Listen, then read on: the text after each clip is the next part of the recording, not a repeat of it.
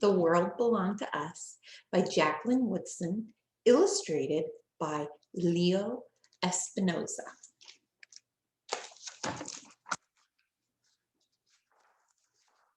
The world belonged to us. In Brooklyn, in the summer, not so long ago, grown-ups always had some place to be or some kind of work to do. But the minute school ended, us kids were free as air, free as sun, free as summer. And even before school ended, the street got so hot that someone always found a wrench to turn the hydrant on, and someone else found a soup can to scrape against the curb till the top and the bottom were gone. And it wasn't a soup can anymore. It was a super shooter. And our mamas opened the windows and hollered, "Don't get your school clothes wet." But we had to run through the water, book bags and all, because our teacher's final words had been, "Have a good summer." Our only plan on that last day of school was to take what they said seriously. In Brooklyn, in summer, not so long ago, my mom would straighten my hair for school with a hot comb, then twist it into spiraling curls that she said should last a while. But they only lasted until I ran head first into the hydrant. And quick as that, my hair sprung back from straightened curls to natural coils, because it was finally summer and hair too had the right to be free.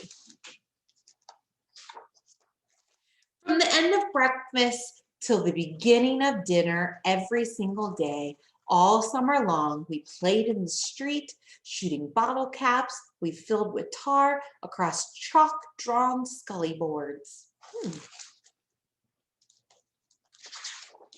We spun tops, learned to take turns, and flicked out our double Dutch ropes into blurs, singing. Not last night, but the night before, a nickel and a pickle came knocking at my door.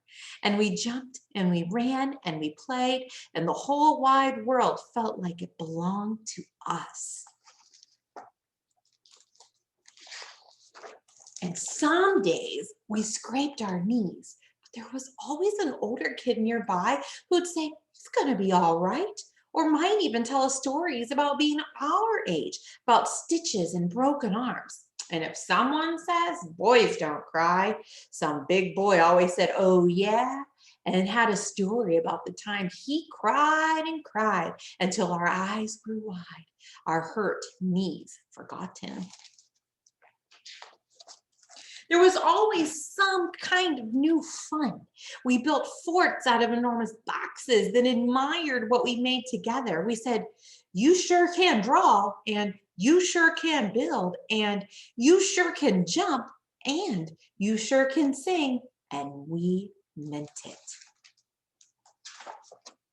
In Brooklyn, in summer, not so long ago, it was easy to believe that anything was possible when a guy from our block was good enough to play for the Mets, and a girl from our block sang on the big stage in Manhattan, and a woman someone's cousin knew wrote a whole book about Brooklyn. And someone always had a ball and a stick to hit with, or a stoop to throw it against. And if they didn't, we found a soda can and played steal the bacon and kick the can. In Brooklyn, in summer, not so long ago, we learned to watch and listen, playing tag, ring-a-levio, and hide and seek, inside hallways and behind thin-limbed trees and garbage cans. And our block was the whole wide world, and the world belonged to us. Afternoons, when we heard the beautiful sound of the ice cream truck, we yelled up to our mothers, "Can I have 50 cents for a cone with rainbow sprinkles?" And sometimes our mothers wrapped change into scarves and tossed them down to us. And with our scarves of money held high, became a parade of us kids chasing a truck with our own song. Wait, wait, we want a comb. Then we shared with the friends with no money, because some days the ones with no money were us.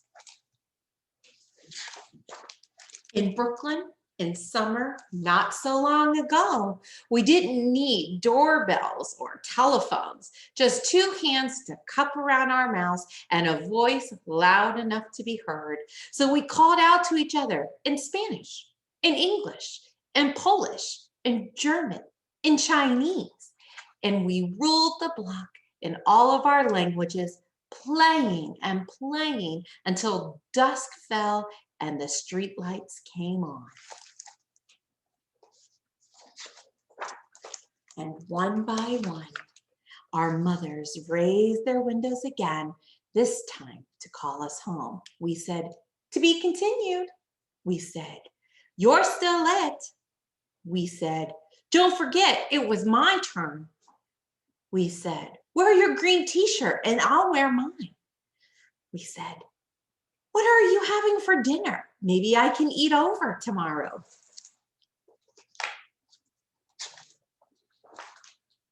As our worlds echoed out over the block, like a lullaby we'd always remember, I ran up the stairs of my stoop, already excited about tomorrow, and the tomorrow after that, and the many tomorrows to come, not just in Brooklyn, not just in the summer,